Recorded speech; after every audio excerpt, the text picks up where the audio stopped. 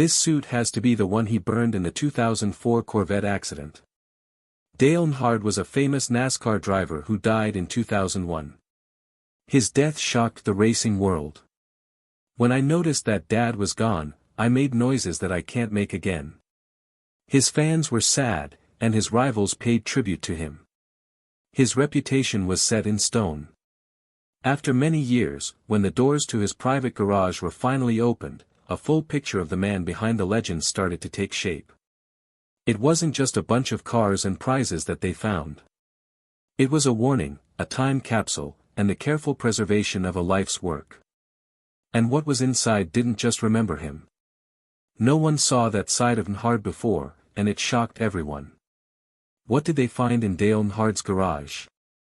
The story behind the garage. Before anyone even went into Dale Earnhardt's private workshop, his name was etched into the history of NASCAR. Dale Earnhardt was more than just a NASCAR driver. He drove in NASCAR. He was known as the Intimidator, because he was known for driving aggressively, being very competitive, and not taking anything personally. These traits marked a period of stock car racing. In his 26-year career, he won 76 Winston Cup races and 7 titles, which tied him with Richard Petty and then Jimmy Johnson. But his popularity went far beyond the track. There is something deeply rooted in American society that Earnhardt stood for. Self-made success, grit, and leaving a legacy. Fans didn't just like him, they felt like they fit in with him. Dale Earnhardt was a sign of American strength because of his blue-collar look, his famous black Chevrolet with the number 3, or his unwavering desire to win. At the same time, not even his biggest fans knew what was inside his private garage. A side of Earnhardt that would not be known until after he died. Everyone was shocked. A lot of people were shocked when he died on the last lap of the Daytona 500 in 2001. A lot of people saw it live. Lots of tributes came in. All over the country, black number 3 stickers showed up on bumpers and helmets. He was no longer a legend, but his fame will live on forever. Even close friends and crew members who had worked with Earnhardt for a long time didn't know how hard he had worked to keep his past alive. There were decades worth of personal and business items at the Dale Earnhardt Incorporated DEI building and especially in his own garage. Few trusted people were able to go inside because he had kept it secret from everyone else. In the general eye, he was already famous. But what they found in his shed after he died opened a whole new story that no one saw coming. Getting into the garage. What did they find? While Dale Earnhardt was still alive, the doors to his private garage were finally opened. No one knew what would happen.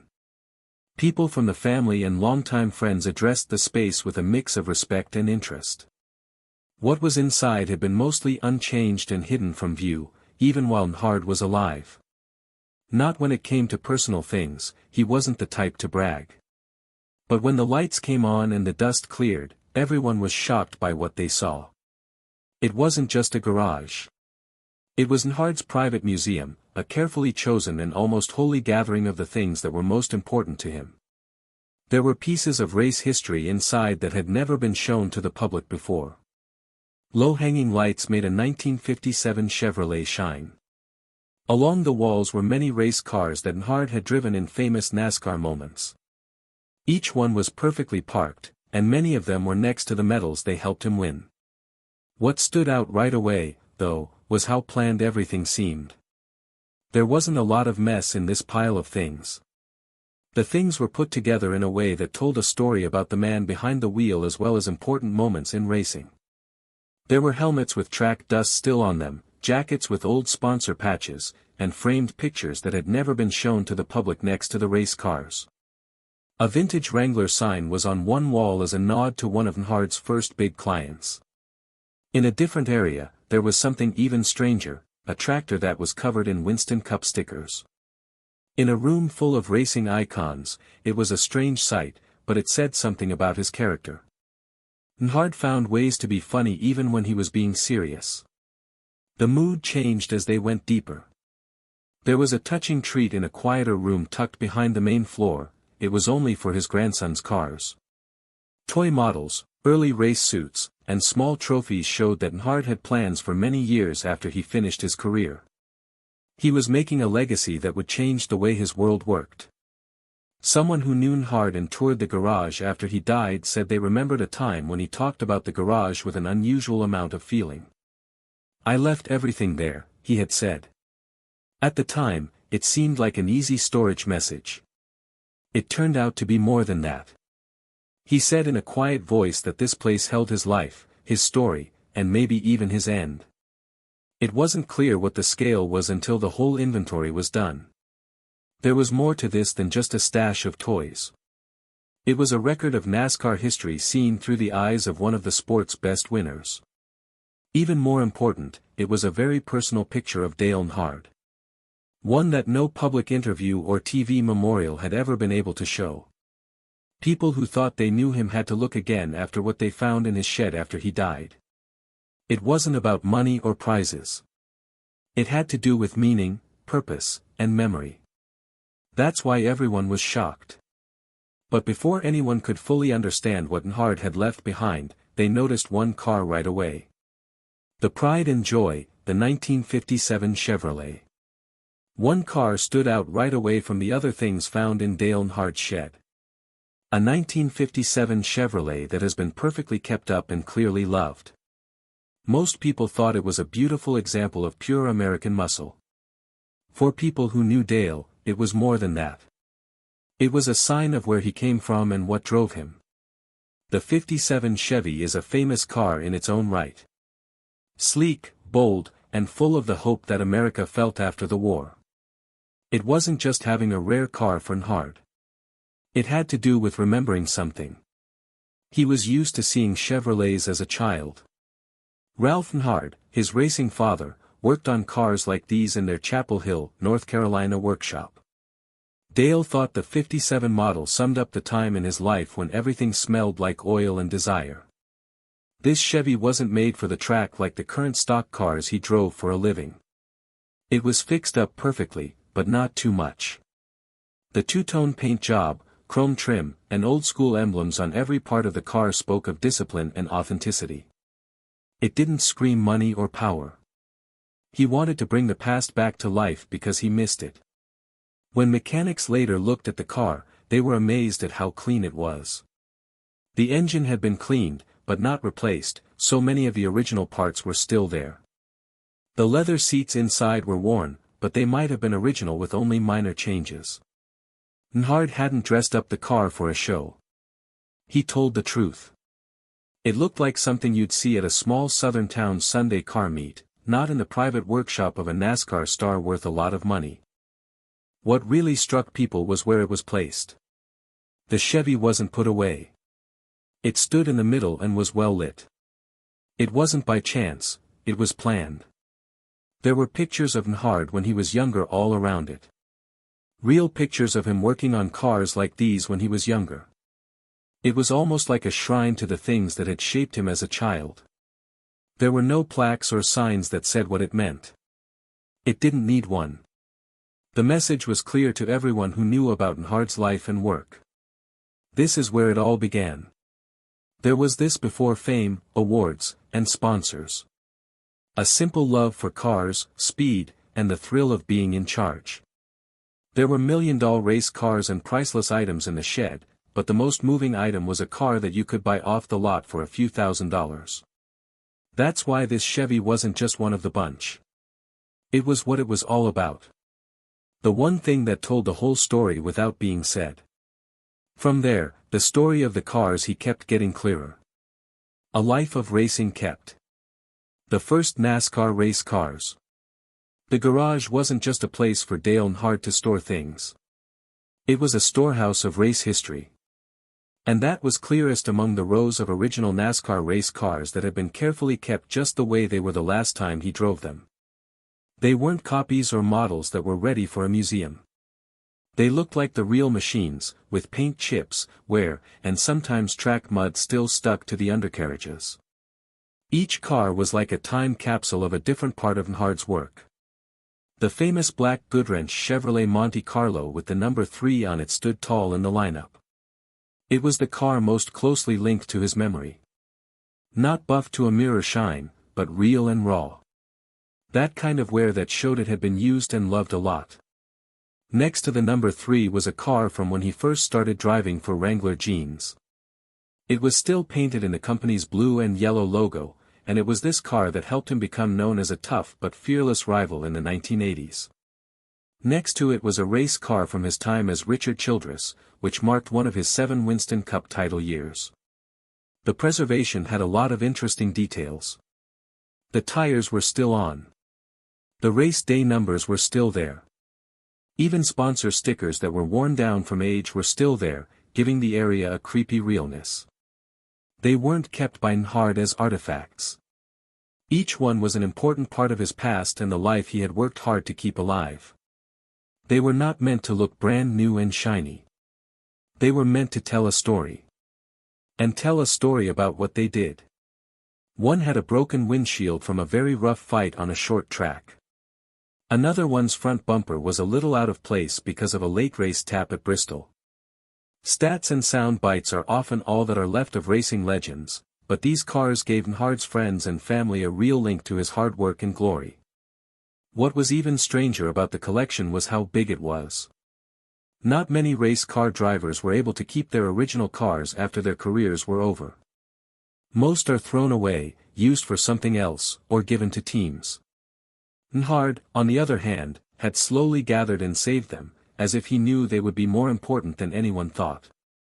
People who worked in NASCAR and were allowed to see the garage after he died had the same reaction.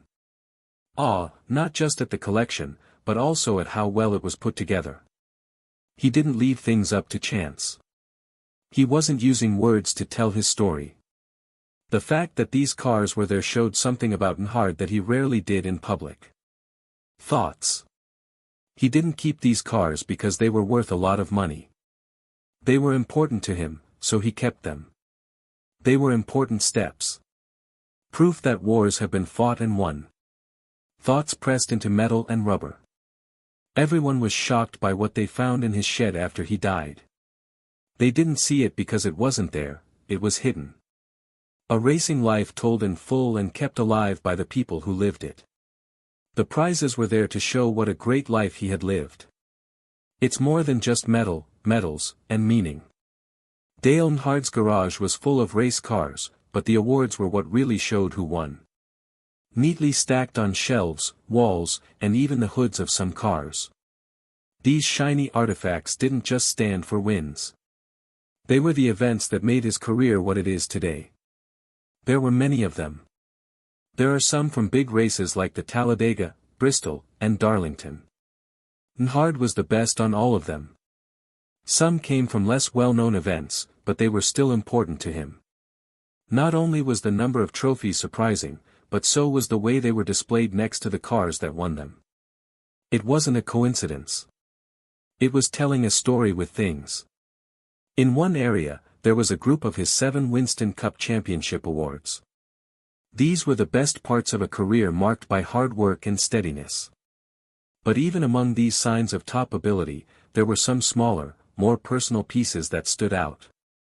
A small medal from an early win on a dirt track.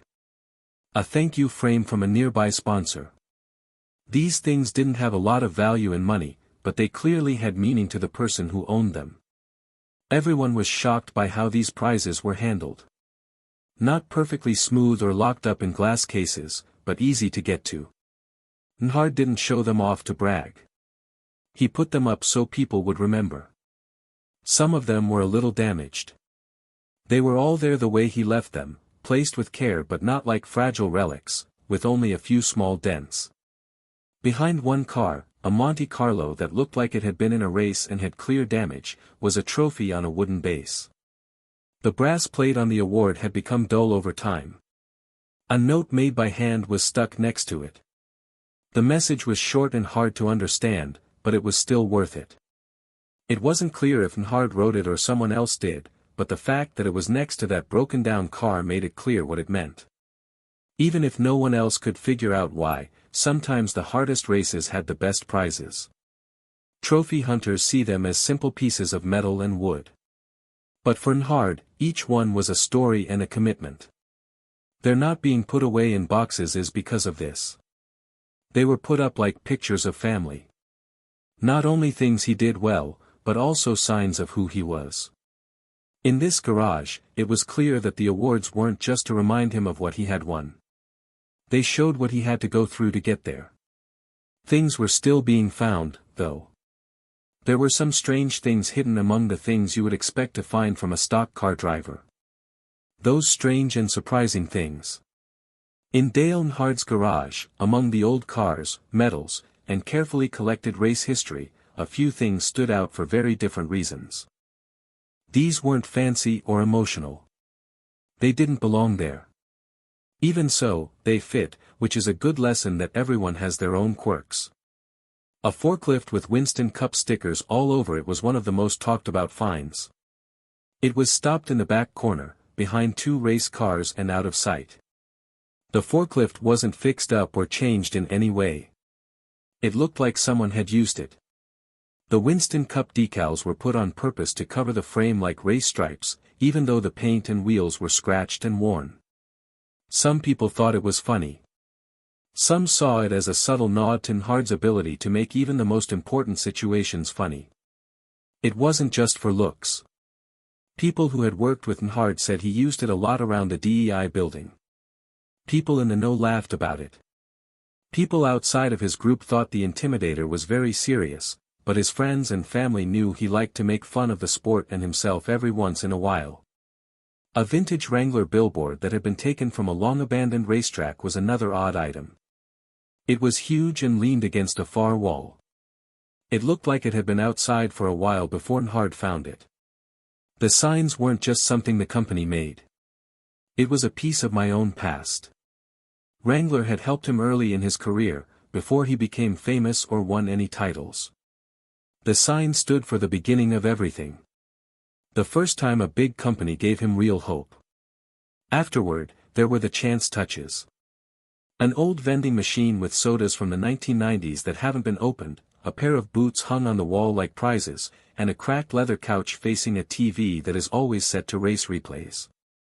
All of these things weren't very useful, but they made the garage look like a place where Earnhardt could get away from everything and just be himself. People who came expecting a clean museum were shocked to find a much more real setting. Tours were not meant to use the garage. It was made so that people could live, remember, and laugh. Like the man himself, it was a mix of respect and chance.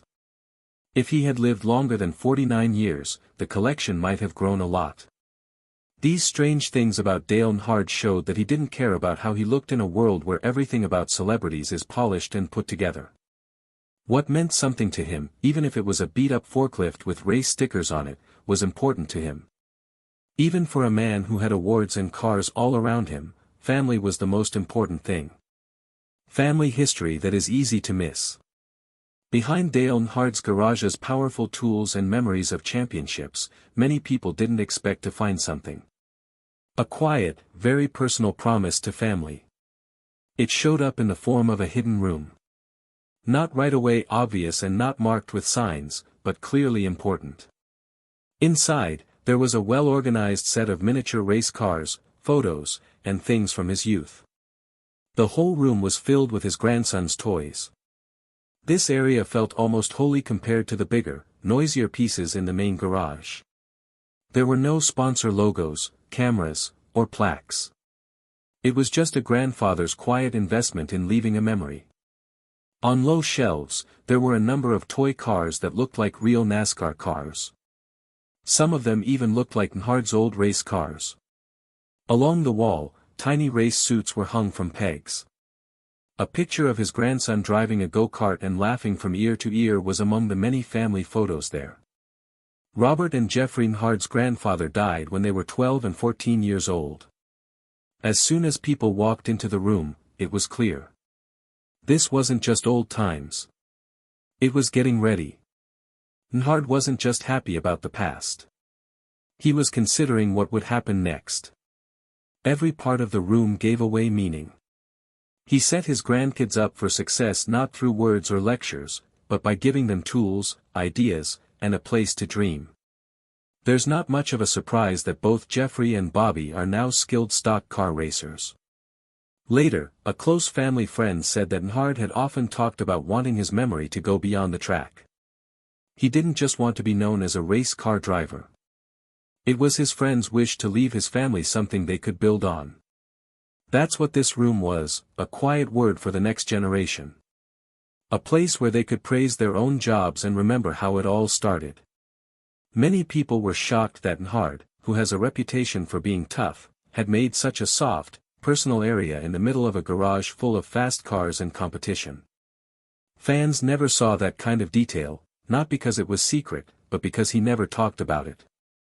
This room in the garage may have shown more about Dale Earnhardt's real self when he wasn't behind the wheel or in front of the cameras. He was more than just a driver and a legend. He was also a man who was determined to show that racing isn't something you do, it's something you pass on. The things that Dale Earnhardt made in his garage are truly amazing. Where is everything now? Today, everything lives in the garage. What was found in Dale Earnhardt's private garage after he died shocked even his longtime fans and friends. Even more interesting, though, is how that collection is still around today. Not hidden away, but kept safe and shown to the public in places that honor his memory. A big part of Earnhardt's huge collection is now kept at the Dale Earnhardt Incorporated DEI building in Mooresville, North Carolina. Even though DEI doesn't run NASCAR teams anymore, the honor is still there to remember how he changed the sport. Inside, people can see race cars from different times in his career, his original gear, and the awards that used to line the garage's concrete walls. What Earnhardt left behind is reflected in the space. Simple, honest, and raw history. A big part of the collection is also on show at the Dale Earnhardt Tribute Center in Kannapolis, the city where he was born and raised. This place is more about his daily life and how he affected the neighborhood. Fans can get a better look at the driver beyond his role as a race car driver. They can see him as a father, a teacher, and a neighborhood hero. On the other hand, the Richard Childress Racing Museum may have the most full tribute to Earnhardt's love of racing. It holds a number of the original number 3 cars, the ones that roared to success when he drove them. The cars are kept exactly the way they were, with some dust and damage, making them look totally real. People who like these cars often say that seeing them in person is like going back in time. Keeping these things out is more than just a way to remember the past. It's a living heritage. Many fans come to these places for the first time every year. Fans of all ages visit them. Some people bring their kids, and others wear old Wrangler coats or good wrench hats. Finally, what they found in Dale Earnhardt's garage after he died shocked everyone. Not just because of what it said, but also because it showed who Dale Earnhardt really was. The tale came from a person who loved his family very much, knew where he came from, and never forgot why he was on the journey. His garage was more than just a place to park. It was a sentence. That message is still being heard today in museums and memorials all over North Carolina. Do you think Dale Earnhardt knew that his collection would be seen by everyone one day? What would someone find out about you if they came into your place after you left? Type your ideas in the box below. Thanks for seeing. The next video will be coming soon.